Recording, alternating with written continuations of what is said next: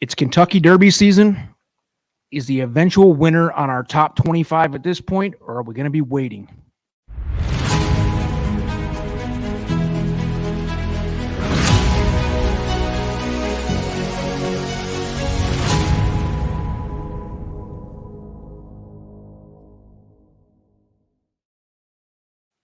Hey, what's up, everyone? It's El Hombre. We are here. We are talking LeCompte week, kicking off the Derby Preps real season. And like I said in the quick intro there, not all the time do we have the eventual Derby winner involved early on in the season. So Matthew DeSantis is with me. Matt, what's up, man? Not much. Excited to be a part of Trust the Profits for the whole Derby season. Joined you guys, right before the Breeders' Cup season. That was a lot of fun. So just looking forward to putting out a ton of content for the folks out there, leading up to obviously LeCompte, which is kind of the unofficial kickoff of the Derby season, Derby preps. So have 3 months worth of really exciting races ahead of us before we get to the Run for the Roses. Yeah, this is going to be fun because what we're going to do for you today is we're going to lay out a consensus for the Trust the Profits team. A few of us have put together some lists, and this is a consensus of our lists and our top 25 Kentucky Derby contenders as of basically the new year. A lot of these horses we haven't seen more than one or two times. So it's very early, way too early.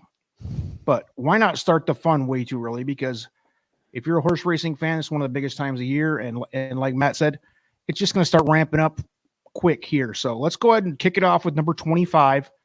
Bobby Baffert, no stranger to the Derby. Into Mischief is the sire, no stranger to the Derby. Mm-hmm. It's number 25, Newgate. Matthew, what do you have in your notes about Newgate?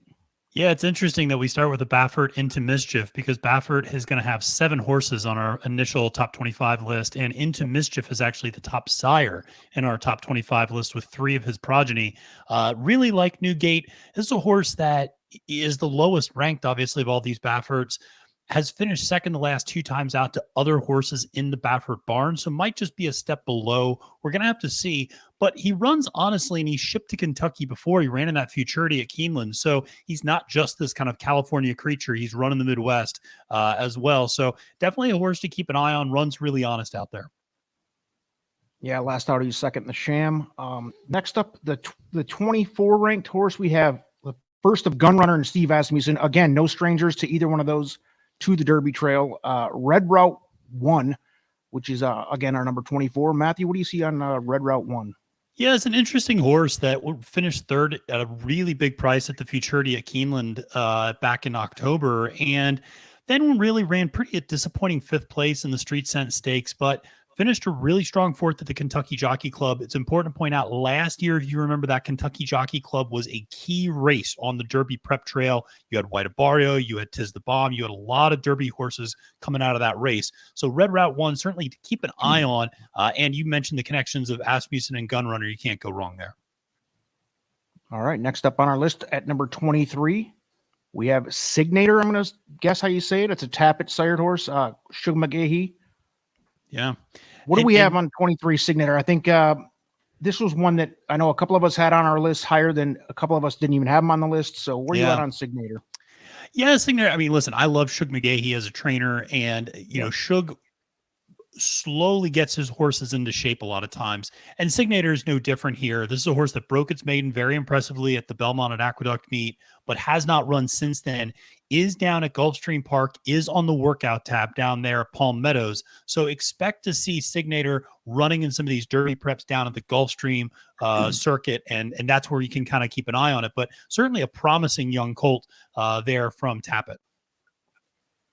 Absolutely. At number 22, we have our first Brad Cox entry, and this feels like a very Brad Cox-centric Derby prep season, because this is the first one we're going to mention, but there are a lot more. And Mo Strike, sired by Uncle Mo, is the first one we're going to mention. But like I said, there is a lot of these, and Brad Cox is absolutely packed out in that barn full of talent. Where are you at on Mo Strike? Yeah, to your point, 8 Brad Cox horses, the most of any trainer on this initial top 25 list, more than even Bob Baffert. This horse I really like. I made a lot of money on this horse at the Sanford, actually. Upset the field at 8-1 that day at Saratoga. Then came back and finished third at the Hopeful. Hasn't been seen since, though, not even on the workout tab. So this is a horse that there's a few horses that we're going to talk about on this list who put in impressive efforts, but are kind of MIA right now. The question is whether or not these trainers do put these horses out between 2 and 3 to get freshened up a lot of times. But it's going to be important to start tracking these horses as they get back on the workout tab, where they're going to get pointed. Mo Strike, though, certainly showed a lot of potential in those early races, beating some very nice horses up in Saratoga. Correct. And by the way, if we as we get further into this, please feel free to comment. If we get through this and the horse you like a lot has not been mentioned, feel free to comment. Maybe we had an oversight. Again, we had a few of us take a look and put the consensus in.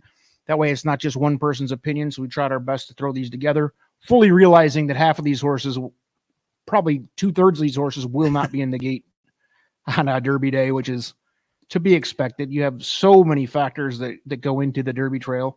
Some of these trainers will realize these horses are not bred for distance, or, they're not the type of horse that's going to make it that far. Some of them are going to have setbacks health-wise. Some of them are, there's 100 things that can happen. But this is just our first guess here. So Brad Cox's second horse, number 21, sired by Quality Road, Jace's Road. Where are you at on Jace's Road? Yeah, I mean, obviously a kind of a hot horse right now. Won the Gun Runner last time out. Does have 2 losses to a horse, 2 fills, who's running at the comp this weekend, as well as Curly Jack, who's going to be a little higher up on our list. So has lost to some very good horses, no doubt about it. Ran a really fast time at that Gun Runner, going a mile and a 16th. I want to say in about 1:45 and 1. So that was a really strong effort. And I think this is a horse that this is a sneaky good horse that I think could really move up this list with another prep race under its belt. All right, so here's a quick look at the first 5 on our list, 25 through 21. Take the wheel, guess if they're going to make it or not. Who knows? But as we get further into this list, we'll get a little more confidence, I think. But like we said, 2/3 of these horses will not make the line. Number 20, the second Gun Runner, Steve Asmussen joint here. And this horse is also active at the LeCompte this weekend at Fairgrounds. Number 20 is Echo Again. What do we have on Echo Again? Yeah, Echo Again's a really interesting horse that I think I'm probably more out on, and my rankings could have pulled this horse down a little bit. I think some people are maybe higher on this horse. This is, as you mentioned, an Asmussen Gun Runner. The last time out was the Springboard Mile, and he had things set up perfectly for him. His top competition faltered at the gate, and he was alone in the lead, was able to set his own fractions, still weakened down the stretch, and got beat by 2 other horses. Now he's running at the LeCompte this weekend, as you mentioned.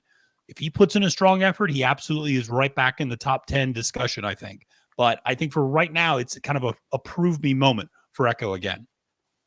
I know our boy, friend of the program, Vinny Blonde, would be off of this horse instantly, just based on the fact that he ran in the Springboard Mile. That was always one of his rules, just as a footnote here. So, Vinny, if you're listening, that's for you. Number 19, Baffert's second horse here, Quality Road entry, National Treasure, who we saw in the Breeders' Cup, juvenile. Ran a strong 3rd, I believe. Yeah, ran 3rd in that race. And, I'm probably higher on National Treasure than than some of the other guys, than you and some of the others are in Trust the Profits. He was a little higher up on my list. He's a horse that is really bred for distance. That said, he has a tendency of finishing underneath. He finished 3rd at the Sham. He finished 3rd at the Breeders' Cup Juvenile. He's lost to some other Baffert entries. And it's just that's potentially concerning, but the pedigree says this horse should want as much distance as you give him. And so the hope is, if you're a fan of National Treasure like I am, that as they stretch out to a mile and an 1/8, the mile and 3/16, the mile and a 1/4, this horse just gets better and stronger. Yeah, and the other factor is the Baffert factor. His horses seem to tune up. They seem to mature at the right time. Yeah, absolutely. You can point at the drugs. You guys got to all make accusations all you want, but he has his horses ready for the Triple Crown every year. He has 2 or 3 legit contenders. Next up, number 18, the Practical Joke, trained by Timothy Yakteen. Practical Move. Where are we at on Practical Move? Yeah, I think Practical Move's a little bit of you have to give him some respect and put him up on this list. He won the Los Alamitos Futurity at a pretty big price that day. And Arabian Lion, who is not on this list, was the overwhelming favorite that day and really faltered and finished last. But Practical Move, I want to see this horse run at Santa Anita. Sometimes that Los Alamitos form is a little bit quirky. Exactly where I was going. Yep. And so want to see him run at Santa Anita, but certainly has a lot of talent. And Tim Yakteen, because he took in so many of those Baffert horses like Messier and like Table last year, has some experience on the Derby Trail. Yeah, I think that was a great experience for Yakteen to have some of those high profile horses. Like you said, he had 2 or 3 of the best in the Derby prep scene last year. Next up, number 17 by Good Magic. It's another Baffert horse, Reincarnate. What do we come out on Reincarnate? Yeah, this is the winner of the Sham Stakes. And what was funny was going into that race, Speedboat Beach was also in that race and was scratched out the day of the race. But a lot of people had Reincarnate as the 4th best Baffert horse in that race. And Baffert had only 4 horses in that race, yet Reincarnate goes on to win. Anyone who watched that race knew that horse looked like $1 million plus walking to the gate. That horse looked the part. So maybe we've been underestimating Reincarnate. Very impressive effort at the Sham Stakes, holding off Newgate, holding off National Treasure. Want to see this horse back it up with another strong performance, but certainly can't knock what he's done to this point. It wouldn't be the first time Baffert had a horse, 2 or 3 down the list come in and beat what everybody else perceived as the best horse. So yeah, I mean, in many ways, that was Tabo last year, right? I mean, Tabo was kind of thought to be the second horse and to was Messier. authentic the year before. And yep. So at number 16, we got our first Nyquist sired horse, Jorge Delgado trainer, New York Thunder at 16. What do we have on New York Thunder? Yeah, this is an interesting horse that I think this just shows you kind of where we are right now in the Derby prep trail, which is New York Thunder is probably more of a pure sprinter and is unlikely to stretch out, but does have a lot of talent. And he was run on the turf and run on the Tapeta down at Gulfstream Park for Delgado. Obviously, if he wants to stretch out, he's got those Florida preps, but this is a horse that is 2 for 2 in his career, certainly has a lot of talent. Question is what is ultimately going to be the best surface and the best distance for him? Yeah, it's a type of horse to where, like you said, he's probably going to be a sprinter or a shorter distance at best. But if he's a horse if he goes out there on the prep trail and shows some dominance, they might keep him on the trail for a while, see what he can do, because you never know. Yep. Let's move ahead. Tap It, number 15. Todd Pletcher, first one we've seen on Pletcher. Tap It sired, who's obviously one of the greats of this era, the Tap It sire. So Tap It Trice, number 15. And by the way, off to the right-hand column, you see the next race. Most of these at this point are to be determined. We actually have Tap It Trice scheduled, looking at least pointing to the Withers. So as an additional. Yeah, and this is a horse that I know, Colin Sheehan likes a lot. There's a few of us who like this horse quite a bit. This is a horse that broke its maiden in December at Aqueduct. Only has 1 race in its career, but very impressive. Obviously, the Tappet bloodlines are always impressive when you think about stretching out. That pedigree would suggest it's not a problem. Pletcher is always good at getting his owners, horses ready up for the Derby Trail. Look for this horse to assert himself in the New York Derby prep circuit, which is lacking right now in terms of big names, and Tap It Trice could be the beneficiary of that. I think it just dates back to, historically, you see a lot of these Aqueduct horses, the wintertime in Aqueduct, everybody knows it is not ideal conditions for the most part. It's just such a different ballgame to be running in ice and snow and rain and nasty weather. By the time you get to the Derby, a lot of these horses are, they haven't run in these conditions at Churchill Downs in May, which also can be nasty conditions, but it's a little easier to swallow a Florida, and that's why Florida and California, the Kentucky breds, a lot of them do better. I think I have a hard time getting behind New York horses, and I know I'm going to get killed in the comments for that, but I just, year after year, it seems like the same thing. Since I've been digging hard on Derby prep races forever, it's hard to get behind a Aqueduct horse. Yeah, Next up, it's hard, especially with the with so many of the New York-based trainers taking their best horses down to Florida in the wintertime at the Gulfstream. It's not that. It's a lot of New York-based guys, Chad Brown and Todd Pletcher and Shug McGahee and these kind that's of no East knock Coast. on New York. Right. Obviously. But in the wintertime, they all go down south. All the jockeys go down south. That's just the nature of it. Yeah, because who wants to be up in the that's the reason I moved. It's an entryway to get into the Derby, which I understand. But like you said, I think most of these guys take their top talent elsewhere, and it leaves. And it's not to say that they can't win, but no, not at all. Leaves that next tier there. So next up, number 14, Extra Anejo. There has been a ton of press behind this horse. Into Mischief, Steve Asmussen. What do we have here? What are your thoughts? I know I've seen a lot of people think this is one of the top few. This is one of the, I was so blown away by his maiden, and he won his maiden at Keeneland so impressively, but this is another horse that has not been seen since. A little bit like Mo Strike, is not on the workout tab, hasn't been seen since. At some point he's got to pop back up on the workout tab if we're going to take him seriously as a Derby contender, but everything about this horse screams Derby trail. So Extra Añejo could not have been more impressive in that initial maiden at Keeneland. So looking forward to getting this horse back on the work tab and see what he can do. Yeah, we just hope that he's not one of those that fade. Every year there's several that are up on the Derby trail, big names, and then they just slowly drift and you don't hear from them. Hopefully he's not one of those, but absolutely, I don't think he will be. Let's move on. Number 13, Curly Jack by Good Magic, Tommy Amos. Supposedly headed into the Risen Star as a side note, but where are we at on Curly Jack? Curly Jack is probably the most seasoned horse of this entire group. Already has 6 career races, never runs poorly, is a game horse, has won twice. He's lost to some horses that are higher ranked on this list that we have. He needs to kind of prove that he can beat the elite in the field. I think he's a very good horse, though. And I think people might be selling him short at times just because, Tom Amos is a good trainer and is a big name trainer, but is maybe not the biggest name trainer. And he's not Brad Cox. He's not Bob Baffert. And so sometimes people overlook that. But Curly Jack, very good horse, very honest horse. Like I said, never turns in a bad effort. And definitely a horse that I'm interested in seeing where he goes next. Yeah, agreed. My comment on him is that, like you said, he's the most seasoned. He's probably the most likely, at least so far out of the horses we've talked about, that will be in the gate. I would think so, barring some setback. But yeah. Number 12, we have the next Brad Cox entry, Bolt Doro, Corona Bolt. That's 12. We don't know where he's going next, but where are we at on Corona Bolt? What do you have on him? I'm very high on this horse. So I think I had him ranked like 6th in my list. And so, he is a horse that is 2 for 2. He needs to stretch out. There's no doubt about it. But he broke his maiden and then promptly went and won the Sugar Bowl Stakes at Fairgrounds. I just think this horse is really, really special. I'm interested to see what Cox does with him. The Bolt Doro babies have stretched out well. So I think stretching him out is not going to be an issue underneath. He's got good pedigree as well. So I'm interested to see where he goes next, but this is a horse I really, really like a lot. Just one of several Brad Cox horses. Again, it's phenomenal what he's got going on. As we go through this list, you will see he's got more and more, and who knows which of these will be the standouts, but it's pretty cool to see.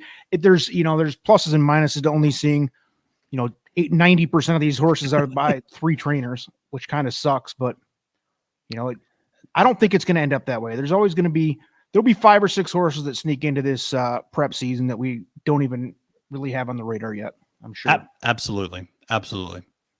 All right, moving on. Number 11, another Baffert by Curlin. Yep. Faustin, number 11. Where are we at on Faustin? What do we have? Yeah, this is a horse that broke his maiden recently, and it just, didn't break that well from the gate, but just grinded away, won easily. This is a horse that is bred for all the distance you want to give this horse. So this is absolutely a Derby trail horse, even though it's only run one race. This is a horse that had kind of horse racing Twitter a buzz. A lot of people calling this horse a gorilla. A lot of people calling this horse kind of the Baffert Derby horse, the super freak, the monster. He definitely has the potential. He has the price tag to go along with it. He's got the pedigree as well. So we'll see if he can put it all together. But the maiden was very impressive, and he's only going to get better going 2 turns.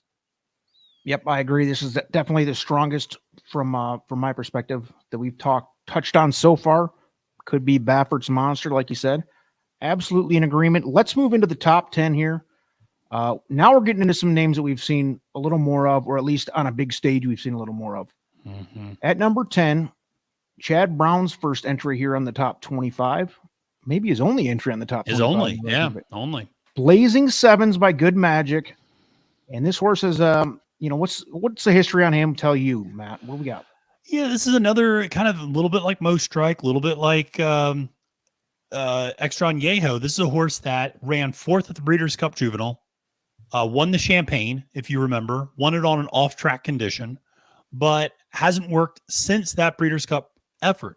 So there's some questions about where's the future looking. Now, it's a Chad Brown horse. I wouldn't be surprised if he goes the same route that early voting went last year and goes the Withers and the Wood and kind of goes in that New York circuit rather than going down to Gulfstream. But it'll be interesting to see kind of when Blazing Sevens emerges from that freshening, that layoff, and gets back on the workout tab. Yeah, I wasn't blown away by Blazing Sevens. Haven't been blown away. Again, he made the top 10 list here as a consensus. So there's obviously some respect coming from all corners. He did get fourth in the Breeders' Cup. Definitely a live one, but let's see where he goes. And I agree, he could be pointed toward the Aqueduct Trail, and we'll see what happens. It's too early to tell. Way too early. Top 25 list. Yeah. Number 9 here is Colin Sheehan's workhorse hero of 2023. Yeah. Kenny Loggins' son. Another Brad Cox joint. Ghost Zapper sired, which was my favorite horse of all time. Love Ghost Zapper. Yeah. Loggins. What do we have on Loggins? I think we all had him. I can tell you that Collins' ranking of him in the top 3 or whatever he had him skewed this. He probably wouldn't have been in the top 10 overall without Collins' help, but he is solid. He's very, very solid. And that stretch run with he and Forte, who, is going to be later on in this list, we'll just say, that stretch run in the Futurity was absolutely amazing. But much like some of these other horses I've talked about, has not been on the workout tab since that race. That's been now going on, 2.5 months. He's not been on the workout tab at all. That's concerning. And so I don't know when Cox is going to bring him back, but this horse has a ton of talent, has a ton of grit, has a ton of determination. That effort was so impressive. The only reason I had him ranked, outside of the top 10, I think maybe around 15th or so on my list, was just because he hasn't been working out. And so it's just kind of hard to put him somewhere, especially, it's one thing if you haven't worked since the Breeders' Cup. It's another thing he hasn't worked since the Futurity, which was a month before the Breeders' Cup. So got to see, when he comes back into the workout tab. But super talented horse, that's for sure. Exactly. The longer they sit, the further they, it's what have you done for me lately type thing in the Derby Trail, which is, it can be unfortunate, but it's a lot of times true. They usually keep them off the radar for legitimate reasons, which hopefully, again, that's not an issue with Loggins. But if he does come back, we did see some magic with him. And he was great in the Breeders' Cup. He was great in 2 or 3 other races we've seen him in. So, let's move to the next Baffert horse at number 8 overall by Uncaptured, having a meltdown. The Bob Hope Champ. Yeah. What do we have on having a meltdown? Yeah, I think the big question for having a meltdown is he going to stretch out? Because he's more of a sprint, more of a one-turn horse at this point. So does Baffert want to stretch him out? He's super talented, no doubt about that. He's a great horse, very, very good. Probably one of our best sprinters we have at this point in this early 3-year-old class. The question is whether or not having a meltdown or Hijazi, who is not on this list, whether or not either of those two whether Baffert decides to stretch them out or whether or not he decides to keep them at a sprint, because that could really tilt the balance of power out in California in terms of that prep trail. Hijazi just missed the list. He was if there was an honorable mention category, he would have been right there. But other receiving votes as we have, Yes, absolutely. You often see that at the bottom of the top 25 list for college football and basketball. Moving along, number 7. Now we're getting into the big hitters.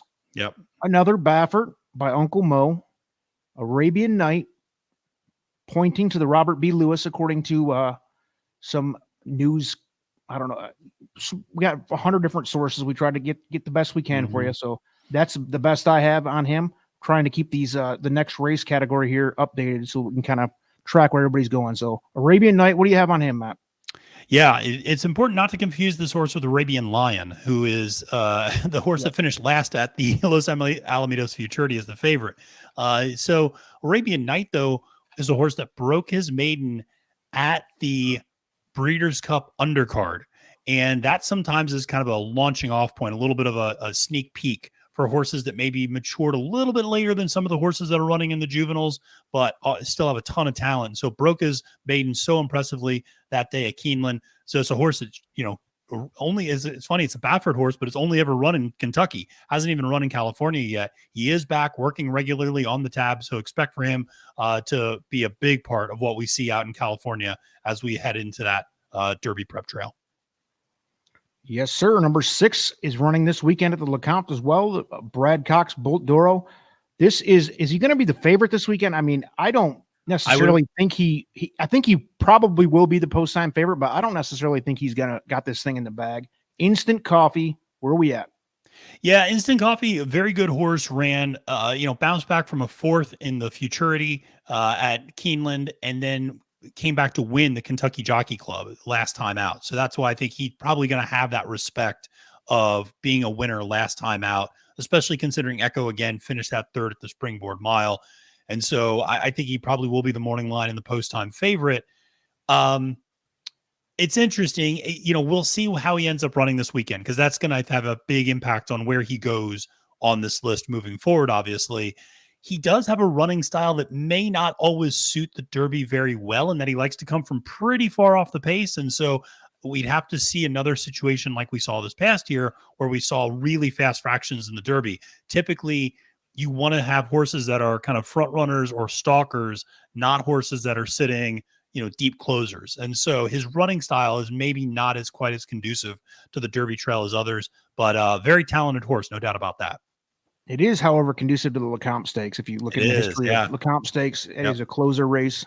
Yep. He very well could get it done. He very well could move up from here.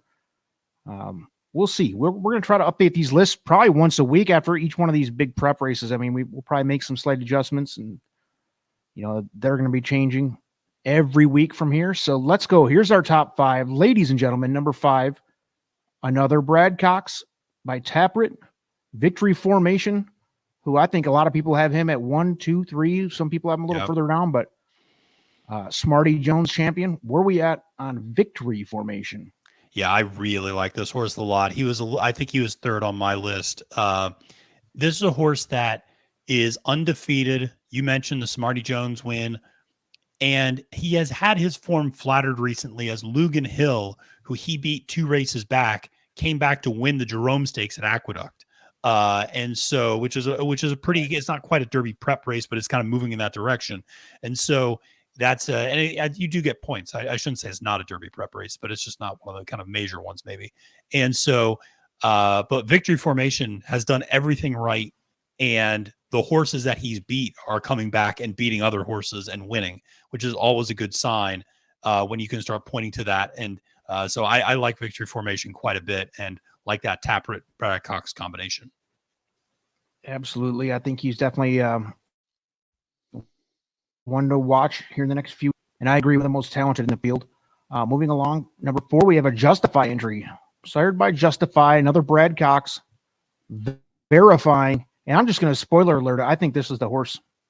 I think this is the horse for the, if he stays healthy.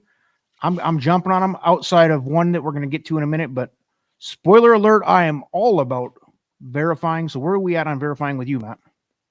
Yeah, I like Verifying a lot. He just returned from action. He had about a 2-month layoff after the Breeders' Cup, where he finished 5th, goes to Oaklawn, enters a $100,000 allowance optional claimer, and just absolutely blows the field away. Romped easily. Right. Big time horse for Brad Cox. I like Verifying quite a bit too. Finished 2nd in the Champagne to Blazing Sevens, but again, that was off-track conditions. Had a little bit of trouble going around the 4th turn at the Breeders' Cup, so there was maybe some excuses for that trip and that finish, but still, I think a very, very talented colt who I'm very excited to see where he goes next. Yeah, it seems like ancient history back when he lost to Blazing Sevens to me. You see it every year when these horses start maturing. I feel like Verifying is going in the right direction. Number 3, Into Mischief. We should say that our graphics department made a slight error here. Oh, and yeah, that this is a Brad Cox entry, not a Bob Baffert entry. We have, if you look ahead at the number 2, it's flip-flopped. But yeah, Giant Mischief, Vinny probably wouldn't like this horse this high, because this is a horse that finished 2nd at the Springboard Mile. But this is a horse that you watch that race. And I know I always go back to this horse a lot, but it reminded me so much of Simplification at the Holy Bull, where Giant Mischief just completely blows the break and completely misses the break and is dead last. And this horse just dug in and circled the entire field and came running like a freight train at the end. And that was by far the best second place effort I've seen all year of any horse in this class. And I love seeing young horses face adversity and overcome it rather than a young horse who blows the brake and just goes, forget it, I'm not going to run today.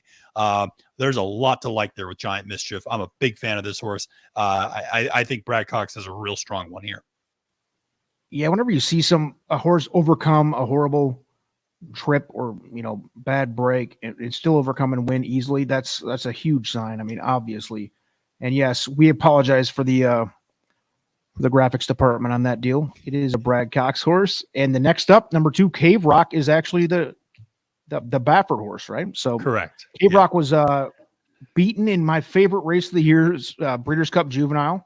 Yeah, because I had it in this exact order. That's your top 2. Spoiler alert, we'll just talk about both of these two because they have been kind of connected for forever with that Breeders' Cup Juvenile. Beautiful race between Cave Rock and Forte. First, let's get your take on Cave Rock. Do you think that Cave Rock is potentially better than Forte? Where are you at on these? It's interesting. Cave Rock is a horse that's posted 100 plus buyer speed figures 3 of his 4 starts, which is just incredible for any 2-year-old to 3-year-old to be able to post those types of numbers. That said, I think he showed there was some weakness in that Breeders' Cup Juvenile, which is that if he is pressed early, if he has pressured from early speed, then he may not have enough going 2 turns and going that classic distance. So I like Cave Rock a lot. He's super talented. But one of the things I remember talking about going back a couple of races ago with him is underneath there's a lot of sprinter pedigree. Now up top, there's a ton of, obviously with Arrogate, there's a ton of classical influence, but there is that sprinter influence in his pedigree underneath. And I just wonder if he's a little too susceptible to early speed. He's obviously going to be on the Derby Trail. He's probably the Baffert's best horse out west, but still very interested to see. I think there is an Achilles heel, and I think that Breeders' Cup Juvenile showed it a little bit. Couldn't agree more. And again, with Forte being our number 1 consensus number 1 by Violence, Todd Pletcher. Those two matched up. You couldn't have had a better example of 2 of the top horses going head to head, and it was basically all we wanted it to be. And we had National Treasure was 3rd at about several lengths back, which is kind of expected. And these two are looking like in the way too early top 25 list, the class of the field. And we both touched on Giant Mischief, verifying there's a lot of other horses here that could overtake these two. But as we go into the points races that are actually worth some points that matter, it's these two on top until proven otherwise to me. Well, to quote one of my favorite professional wrestlers, Ric Flair, to be the man, you got to beat the man. And until anybody beats Forte, he's the man. I mean, and that's just the way I look at it. It's like, I can't move him off my number 1 spot until somebody beats him and until he loses. Yep. When that's how I am every year. If you listen to this channel for a couple of years, you'll know that's my golden rule too. The Breeders' Cup Juvenile champion is number 1 until proven otherwise, or if there's some, freak show horse that comes out and runs a speed figure is unbelievable or something like that. But I've never been at this point in the season and not had the Breeders' Cup Juvenile champion at number 1. It's not always right. Yeah. It was 'tis the law. It was, whoever else. Sure.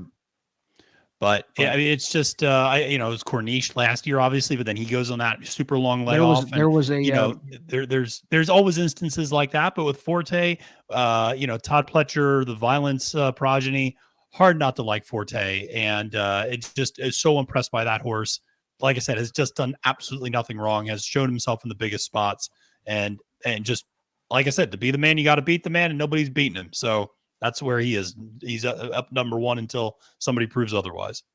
So last question about Forte. Are we going to see him at the Florida Derby?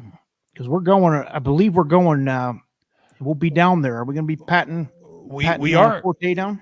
Yeah, we are going to be down there. And listen, if he runs the race that I would expect him to run at the Fountain of Youth, then yes, I would imagine we will see him at the Florida Derby.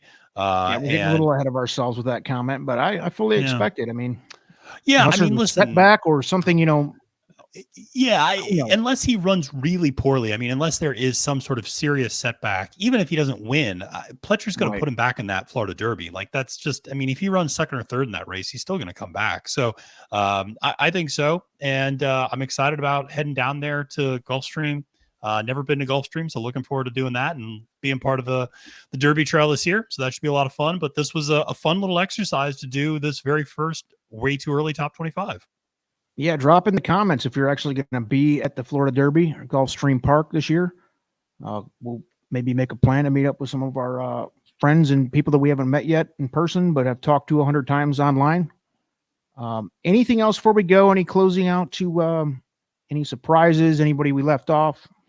Top of mind to you? I think Hijazi is a name that a lot of people are going to mention just because he did just break his maiden. He finished third at the American Pharoah. He's a Baffert horse. A lot of people, it's $3.5 million.